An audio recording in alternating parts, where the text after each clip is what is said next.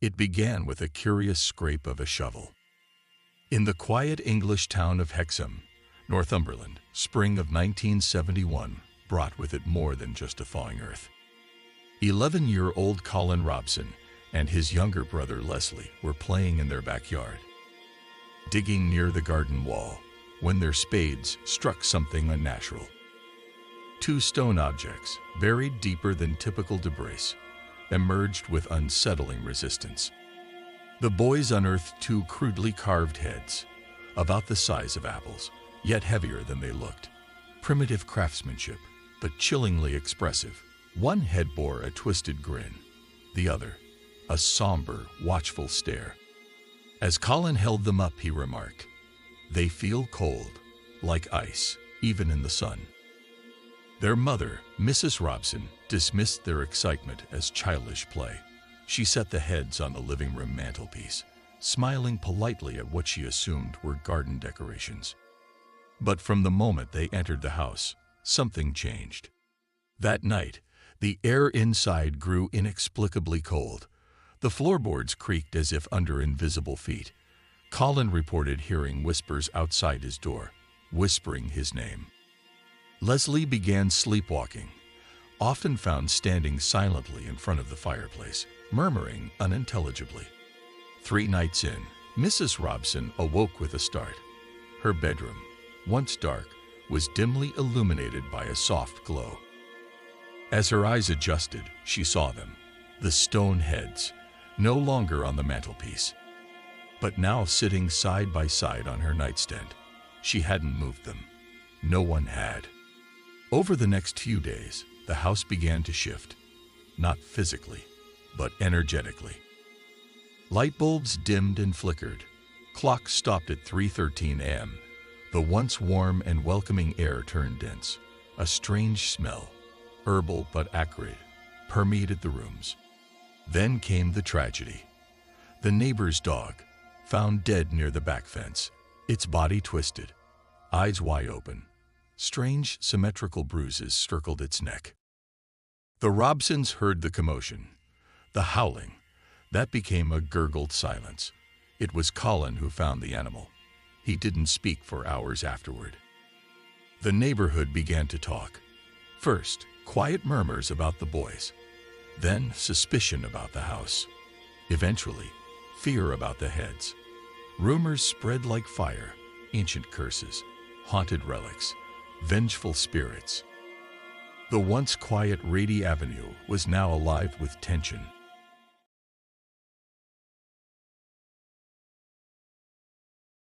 Fear had already begun to root itself in Hexham, but it fully bloomed the night Mrs. Tilly Dodd was attacked. It was just past twilight. She was preparing tea in her modest cottage near the Robson residence, when a bone-chilling gust of wind swept through her kitchen. The back door, locked just minutes earlier, slammed open with violent force. From the darkness emerged a creature so grotesque, so out of place in the real world, that her mind struggled to comprehend it. Gray fur matted with mud, elongated limbs bent at unnatural angles, glowing eyes like molten amber. It resembled a wolf, but moved like a man. For a moment, it stood tall, nearly touching the low ceiling, then dropped to all fours and vanished into the hallway. Tilly Dodd's screams brought neighbors running. Police found the door splintered, deep claw marks gouged into the plaster walls, and the elderly woman curled beneath her kitchen table, whispering about the watcher from the garden. She insisted it had been waiting, watching, and finally, it had moved. Initially dismissed as hallucination, her story gained traction when others began to report similar encounters. Children walking home from school described a beast that followed at a distance, always just out of clear sight. A shopkeeper saw a figure perched atop his garage roof, unmoving, framed by the moon. It stayed there all night. And at the center of it all, the Robson house. Even the local police, traditionally skeptical, started referring to the sightings as the Hexham Beast. Word of the phenomenon reached Dr. Ann Ross, a respected archaeologist and authority on Celtic ritual artifacts. Drawn by a professional instinct she couldn't explain, she examined the heads. Mrs. Robson was more than happy to be rid of them. Ross took the heads home. That night, her family pet barked hysterically at empty corners. Her daughter screamed, claiming a shadowy beast had crept into her room and whispered in a language she didn't understand. Books flew from shelves, and then Ross herself saw it. A creature, towering and wolf-like, walked down her hallway. It turned its head, met her eyes, and vanished.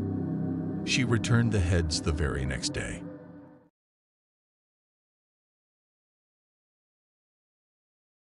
By now, the Hexham Heads were infamous. Word of the events had spread beyond Northumberland. Paranormal investigators, journalists, and folklore enthusiasts descended upon the town, each trying to unravel the enigma. Amid the whirlwind, Dr. Ann Ross began to share a troubling hypothesis. She believed the heads were more than ornamental relics. They were ritualistic tools, linked to ancient Druidic practices predating even Roman Britain.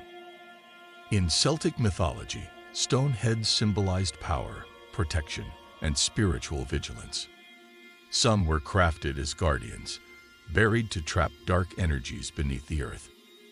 Others were vessels, anchors for spirits too dangerous to roam freely. If the Hexham Heads were such vessels, then unearthing them had released whatever lay dormant inside. Historians and archaeologists began to pore over maps and soil records. One discovery stood out.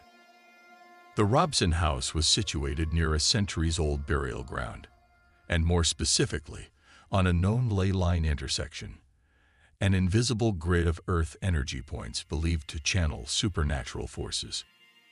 Local stories added fuel to the fire.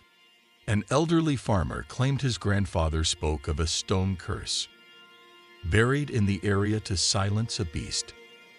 Another woman recalled her mother forbidding them to play near the Robsons' plot long before the house existed. She remembered her mother's exact words. "There are eyes in the soil, and some eyes remember." Multiple paranormal teams conducted investigations.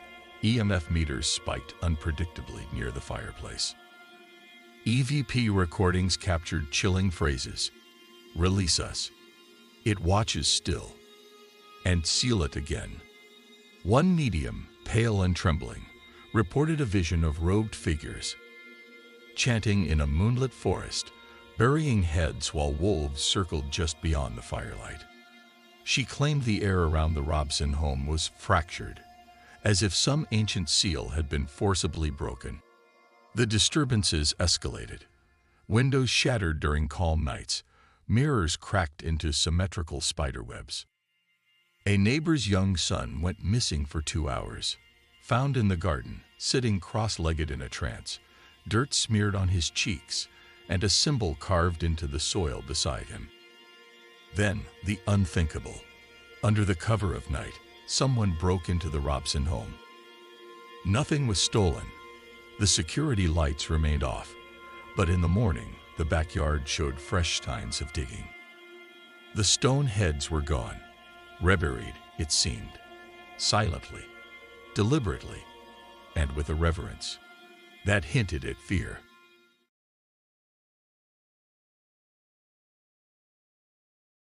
If mystery loves silence, then the disappearance of the Hexham Heads was its greatest victory.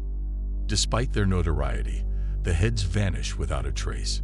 No museum claimed ownership. No academic institution would admit to storing them. Dr. Ross, once vocal, retreated from public discussion. When asked in later interviews about the heads, she offered only a cryptic smile and said, "They're where they belong." Rumors swirled. Some claimed a wealthy occultist had purchased them in secret. Others whispered of government intervention, that the heads were too dangerous to remain in the public eye. A fringe theory suggested the heads had been returned to the earth in a sealed ceremony performed by a shadowy spiritual order tasked with guarding the supernatural. But even with the heads gone, the haunting did not cease. In 1997, a family moved into the now infamous Robson residence. Within 2 weeks, the father reported hearing heavy, dragging footsteps across the roof at night. Their daughter, no older than 6, told her mother she dreamed of faces in the fire. When asked to draw them, she produced a chilling image of 2 heads grinning, one with hollow eyes, the other crying. The disturbances followed a familiar pattern: cold spots, static on the radio, always at the same hour. Furniture moved inches at a time, never enough to notice in the moment, but unmistakable when seen in time-lapse footage. On one particularly stormy night, the mother awoke to find dirt tracked across the hardwood floor, a trail that led from the fireplace to the edge of her bed. In 2014, independent journalist Craig Williams reignited public interest with a blog series titled The Watchers Beneath. He gathered interviews, crime reports, and local legends, claiming to have found new evidence linking the heads to similar artifacts across Europe. In one post, he hinted at locating a surviving relic. 2 days later, Craig disappeared. His final blog entry was left unfinished. Police found his abandoned car near Morecambe Wood. Inside, his notes, laptop, and a portable recorder. When forensic experts played back the recording, they found only static and a low-frequency hum. Some who listened claimed to hear faint breathing layered beneath the noise. The case remains open, unexplained, like the curse itself.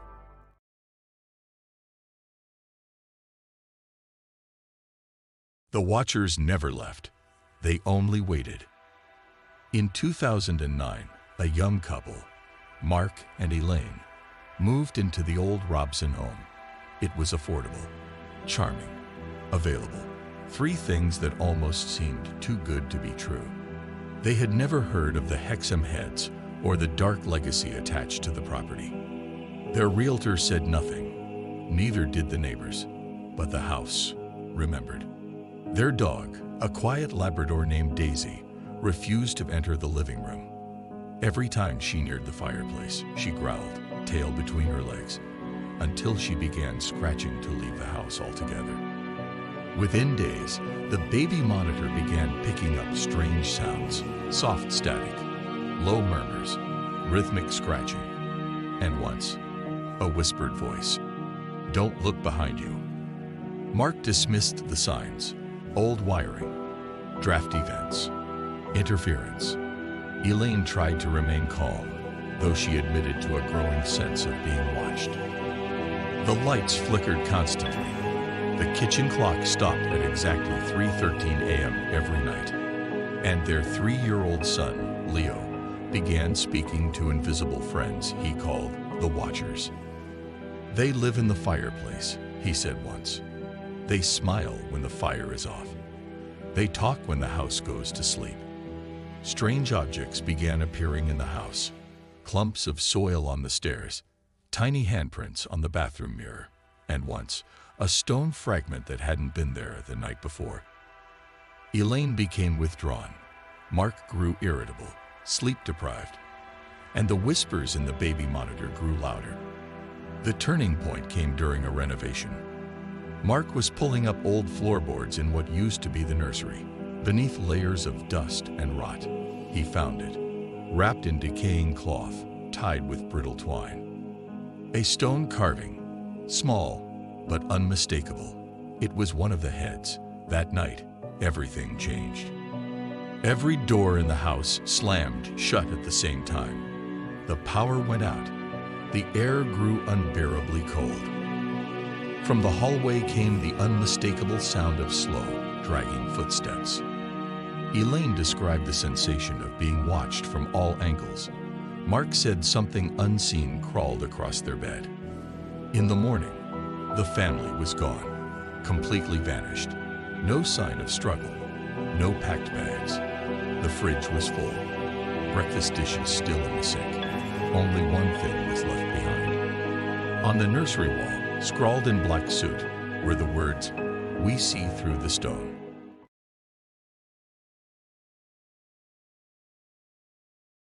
To this day, the Hexham Heads remain missing. Or perhaps they never truly left. Perhaps they've only spread. The house on Reedy Avenue now sits in quiet decay. Boarded windows, overgrown weeds. A for sale sign that never comes down. Local children dare one another to approach its front step.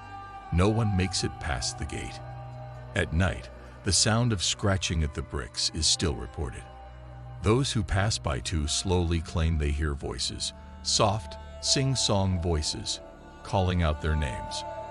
Online forums continue to light up with sightings, reports of nightmares that start with stone faces and end in suffocating darkness. People across the UK describing an inexplicable compulsion to dig in their gardens. One woman claimed she uncovered a stone carving behind her washing machine. Another posted a photo of two stone heads that appeared on her windowsill. Her account was deleted days later. Paranormal researchers now believe the heads may not be physical at all. Some claim they were never meant to remain in one place, that the carvings are conduits, anchors for a force that thrives on attention and fear. The more people learn about the Hexham Heads, the stronger the pull becomes. There are even whispers of something darker. That belief itself is the trigger. That's simply watching this story, hearing this tale, reading this account, allows the curse to find its way through. Because belief is a door, and fear is the key. Some say the curse is not in the heads, but in the telling. That once you know the story, the watchers know you too. They watch through stone, through fire, through silence. And if they choose you, you'll hear them first in your sleep. So if your dog growls at an empty room, if a face appears in the patterns of your wall, if you feel watched when no one is there, don't speak of it, don't look for answers, and above all, don't dig. Some eyes should never be met.